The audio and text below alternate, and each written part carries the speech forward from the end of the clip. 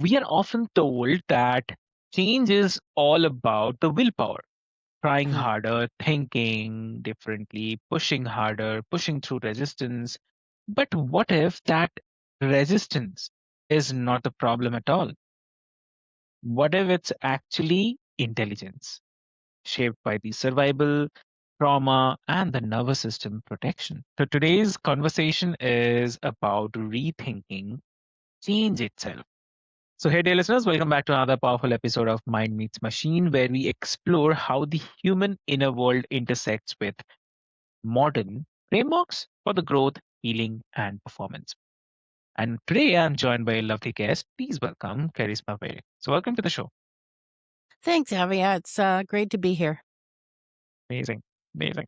So, dear listeners, before we delve deep into our discussion today, I'll quickly love to introduce you with Karishma.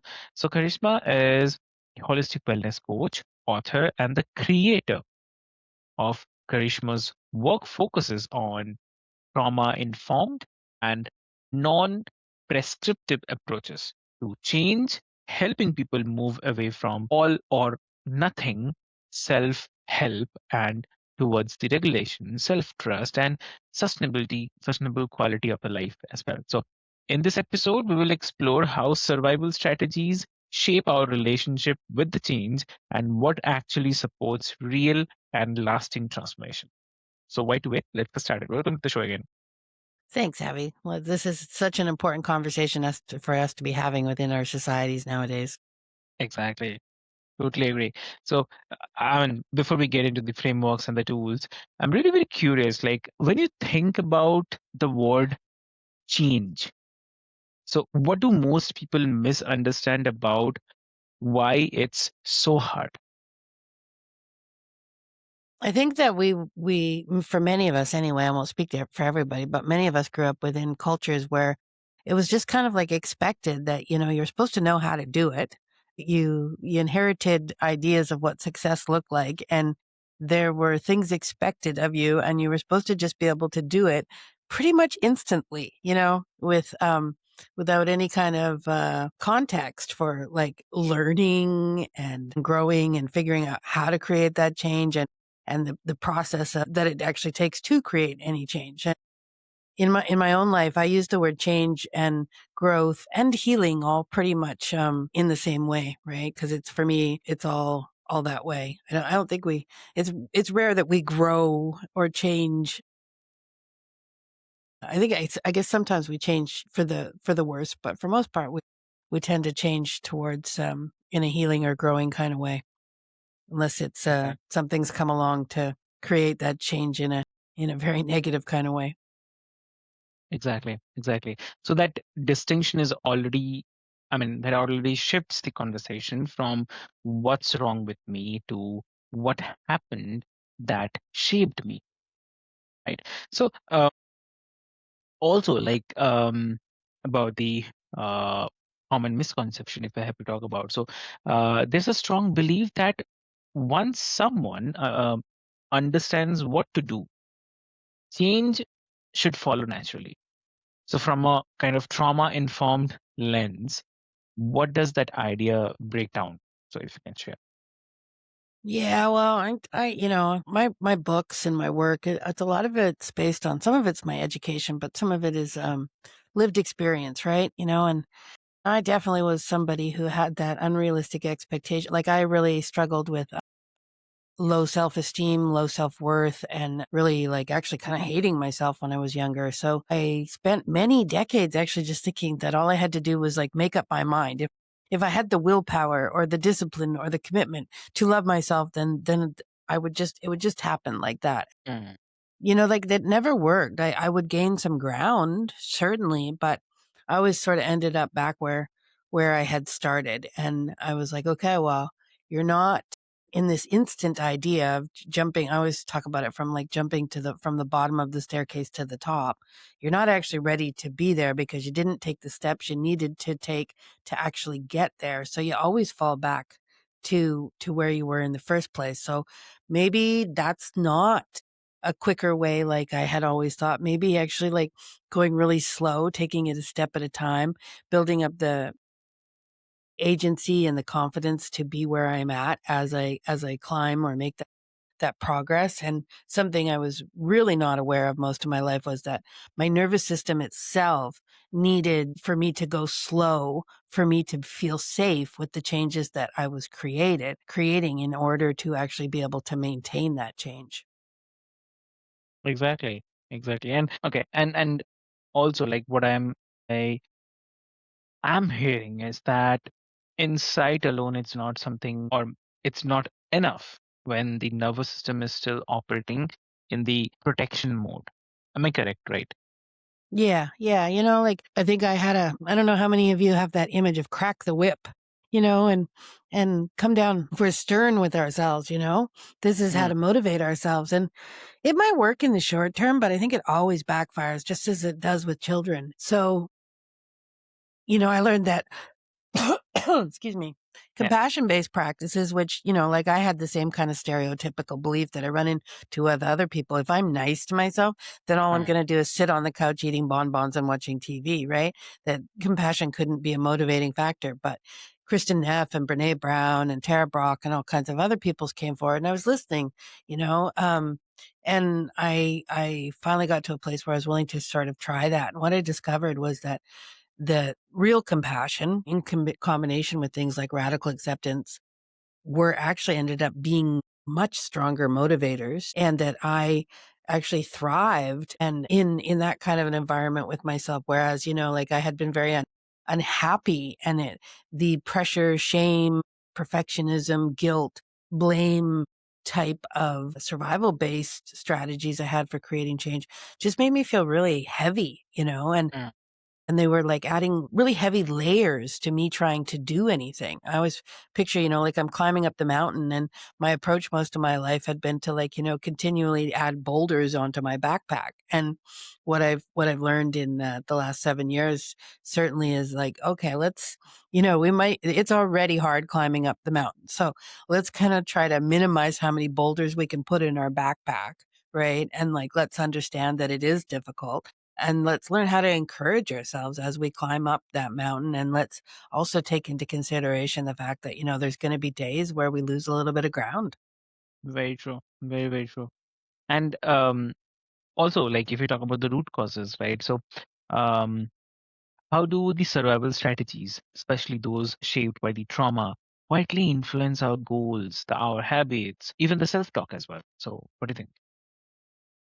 Yeah, well, like survival, that word is sort of makes sense, right? But depending where we came from, but most of us have experienced that pressure to keep a roof over our head. It's like you have to do good at your job, because if you don't do good at your job, you might not have the money to pay for food or a Mm, roof over your head, and so that's a lot of pressure, right? And if we never really learned how to deal with that pressure, or if we lacked a greater sense of faith that we would be okay no matter what, then we're just living in that fishbowl of pressure, and that extends to so many things, right? Like if I am not nice to others, or if I don't do this, or if I don't do this, or there's this concept that we are under threat, and we might not recognize it so much as an adult because it doesn't seem like as big of a threat. But when we were younger, it was a huge threat. And our very, like, that's the thing, our very survival relied on us figuring things out, figuring them out quick, and doing things a certain way because, particularly as children and then growing up, we didn't have control over our environments or whatever. So we learned to control what we could and do whatever that we could to survive. And I think I don't know what percentage of the population it is, but it's a human being kind of thing that, depending on what kind of situation and circumstances that we're going to be in. Survival is there for a reason, and it alone is not a bad thing. I have a critic that has always wanted more for me and who's always looked out for danger. And that's a brilliant thing. That has kept me out of a lot of really bad situations. And that's also allowed me to achieve a fair amount in my life. But as a long-term strategy for creating the kind of changes in my life, it's not so great because it's actually a lot more difficult, and it's really great in a pinch. If I show up at a party and I get a bad voodoo kind of energy going on with that. And that part of me is going like, get out of here, get out of here. It's good. Listen, get out of there. Right. But, if I'm living in a world that has that kind of energy, I might want to figure out some longer term strategies that allow me to be at peace within myself, take care of myself really well, but then really get to like, have a quality of life and enjoy myself and sort of navigate those. There's real threats in the world, but if we can start to learn how to navigate them from a place of calmness and nervous system regulation and trust within ourselves and maybe even trust in something greater sometimes. It's just like it's a whole different way of being that, it also has a different impact on our longevity and our health, right? Because those living in threat, living in fight, freeze, or fawn also takes a real impact on our health in our bodies. It might not show up right away, but kind of eventually does. Very true. Yeah. So, I mean, obviously, so what looks like is procrastination or self-sabotage is often a deeply, deeply learned strategy for staying safe.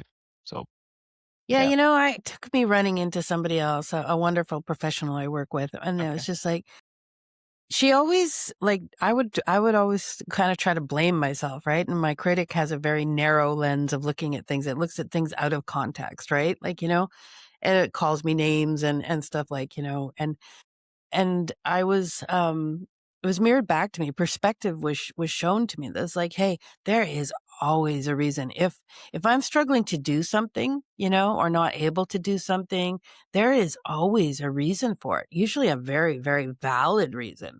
And it isn't until I can actually acknowledge that reason why I'm not doing the thing it is that I want to be doing, then I'm not going to come up with a realistic plan or problem solving that's going to allow me to move forward in that area. Sometimes that's not even the right goal for me. But when it is, like sitting in the blame or the shame or the being stuck in a threat mode, it doesn't allow me to actually meet myself where I'm at and figure out what it is that might be needed in order to actually move forward with that goal for myself.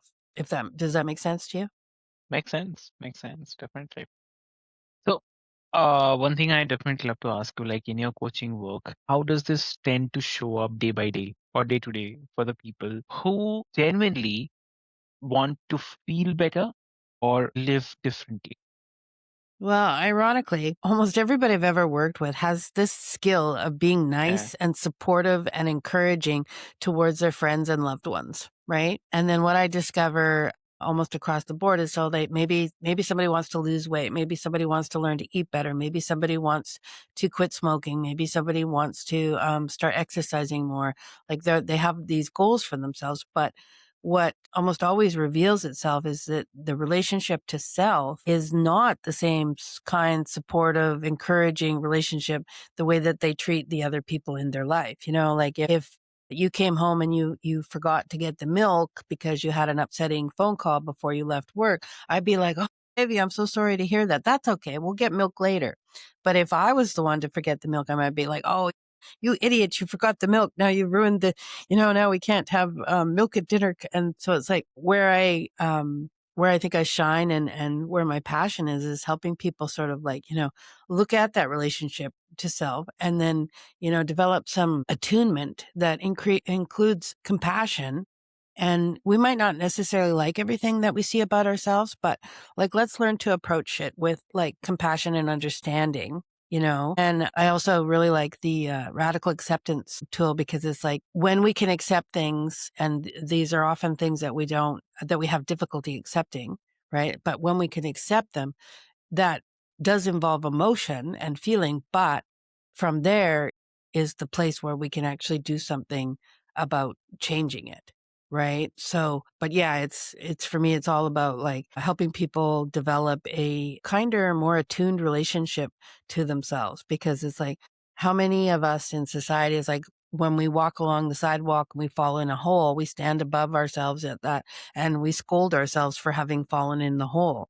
Whereas, if we can learn to come across ourselves in that hole and say, "Hey, oh wow, I bet you feel horrible falling down in that hole again. Here, let me offer you a hand up." right? Let me offer you, and let's figure out, like, how we can stop falling in this hole, because I know it really sucks when you fall in that hole, So when we learn to have that kind of a understanding with ourselves and approach, instead of being very reactionary from a blame and shame kind of place, but responsive from a kind, compassionate, encouraging, and understanding kind of place. Exactly. So, like you work with the approaches like the compassion, nervous system regulation, mindfulness, even rethinking goal setting as well. So, what does a more supportive starting point or for the change actually look like? Well, I think it really depends on the person, because we all have different degrees of trauma and we're all in different places. Like I've worked with some people who by and far are actually pretty nice to themselves across the board, but there'll be one or two little places where they're not, right? There's one Yeah. or two little places where that idea of change is pressure and unrealistic, right? So with those people, we'll look at that and we'll perhaps like really lean into the way that they support themselves in the other area and kind of like look at why that's not happening in that place. For other people that have like really low self worth and a rather critical, negative kind of relationship with themselves, it's really going to depend on their capacity and their history and what they're open to. So I Right. choose from a wide range of like, like with myself, I consider them interventions, but I think for somebody who's really overwhelmed and having like a really hard time even knowing what their internal world going on, a real simple thing I used in my own life was just once or twice a day to just do a scan, close my eyes for like even 5 seconds and just ask myself, what's going on the inside? What is just checking in with myself, like what is going on? And from there, like, I developed a pause, and then I had a choice, like, "Oh, wow, you're really struggling," and I started to develop, like, care that, like, "Oh, wow, you're having a hard time right now, I can Yeah. feel that," So then I can do things like put my hand on my heart, just take one deep breath, or for a couple of years, I would just, when I'd check in, there was usually struggle and distress there. And then I would just like, it's like, oh, you're struggling. I hear you. Okay. I love you. Right. And I learned to do that from once a day to multiple times a day. And that scan can include whatever you're comfortable with, but like it could be, you might notice your emotions, you might notice your oh, my neck is, like, so tense, right? Or my jaw is clenched. Could be sensations, could be Yeah. like, "Oh, wow, my thoughts are really racing," you know?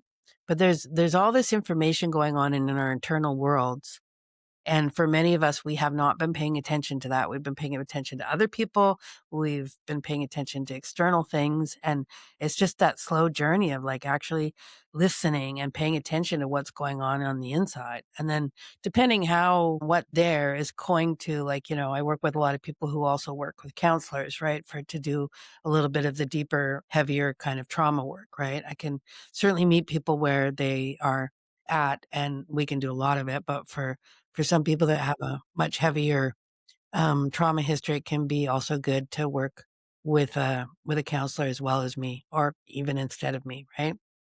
Exactly. Exactly. Definitely. It actually reframes that's something like we build a safety for rather than something we force ourselves into. Right. So that's a good plan. So for the listeners who are listening, who feel stuck, exhausted, or discouraged by the repeated attempts at change, for them, what's the one compassionate reframe you'd offer them right now? Well, right now I'm actually kind of like been speaking a lot about the journal I created, which was a transformational process in my life that really helped me rewire my brain. Right. Um, and it helped bring a voice to the surface beyond the critical one. So that is something, whether or not you use the journal, which just makes it simpler, or you do it yourself. I didn't have a journal when I did it, but it's the idea that once a day, or it's best at night, because that's often when we're going through our day and identifying where we messed up. And the idea is to Right. sort of identify what went well or what was difficult. We will listen to our partners or our friends about what was really hard or what was challenging, what took courage, what were they able to maintain, all these different kinds of things. But these kinds of questions, I call it like ways I showed up for myself, right? And it's a personal thing because, maybe for me, brushing my teeth this morning was really, really hard and it's super easy for you, right? So, but it's like, taking a moment to reflect. It only takes 5 to 10 minutes and it's so powerful. And you could do it with the journal or you can just do it on your own. It's just like ask yourself a few questions from a little bit different lens. It's like, what did I do today that was really hard? Or what did I do today that, took some courage? What did I do today that, you know, uh, that was a commitment to maintaining something? Or what did I do that let go of something for a little, for even a moment, right? And what I find is the smaller the thing, like the more credit and acknowledgement and validation you can give yourself for things like no matter how small they are, starts to develop this entirely different relationship. Likely one that, like I said, this is likely how you treat other people, but you've never learned to treat yourself.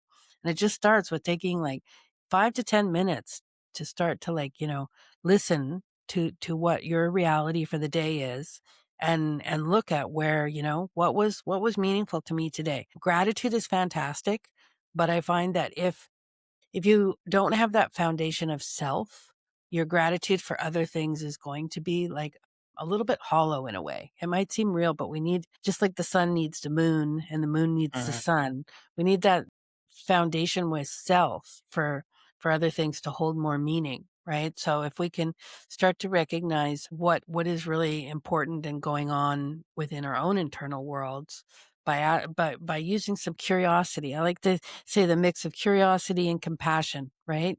Rather than that like threat lens at the end of the night, like, oh, where did I mess up? What's coming tomorrow that I'm not on top of? But just that, like, oh, what and it builds confidence and agency, and it starts to develop this more attuned, loving kind of relationship with ourselves that ends up being something that we get to draw on in difficult times and with any kind of change that we're trying to thing. I get to ask this question about the overwhelm all the time. And, you Mhm. know, just learning to respond to our overwhelm differently. Like, oh, Charisma, you're feeling overwhelmed. Wow. Okay. I got you. I got you. What should we do? Should we have a cup of tea? Should we lie down? Should we go to bed early? Should we call a friend? Like you're overwhelmed. How can I help? Right? And just learning how to respond to that overwhelm as a human being is a game changer, right? For sure. And here, definitely, I'd love to say that lasting change it doesn't begin with the pressure. It actually starts with the strategy, understanding, um, I'd say, the kind relationship with the parts of us that learned how to survive. Right. So that's amazing. Yeah, And I like to say like, so many of us were on autopilot or we're kind yeah, of checked out to ourselves. So if I'm not aware of what's going on inside myself, I don't stand a chance of actually tending to it. And if I'm not tending to it, then it's just going to kind of run amok, right? So, back to the nervous system kind of things. It's like if I understand I'm in distress or I understand I'm anxious or I understand I'm fearful or anything like that, then I can start to do some things like, okay, let's ground for a minute. Let's breathe for a minute. Like maybe we'll try some meditation. Maybe we'll but that's what I mean. That awareness gives us the opportunity to actually tend to what's going on, which then creates entirely different results. exactly.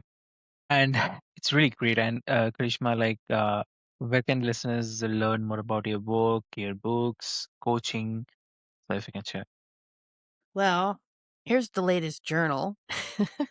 And it's on Amazon, or you can reach out to me. And then, yeah, this is the main book, The Light Switch Myth. And so probably the easiest way is to go to towardswellness.ca, because the books and stuff about my coaching and my beliefs and I even have an accessibility policy that if you cannot afford a copy of the Light Switch Myth, you can reach out to me and I will email you a PDF copy because I know what it's like to be limited in resources. But yeah, towardswellness.ca is kind of the hub. If you Google Kerisma Vere, I pop up all over the place and you're welcome to interact with me on any social platform that you find. I always respond back to people and I'm happy to have like, friendly chats about things. And yeah, all my books are on Amazon, or you can get them through me as well. Yeah. Towardswellness.ca, probably the best bet. Yeah. Amazing. So what I'll do is, dear listeners, I'll put all the links into the show notes for easy reference. And with this hope, thank you so much for joining us on Mind Meets Machine.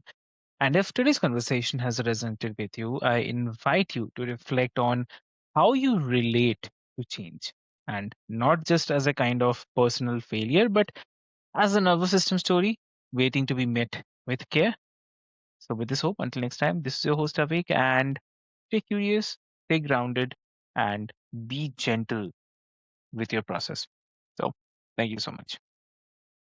Thanks.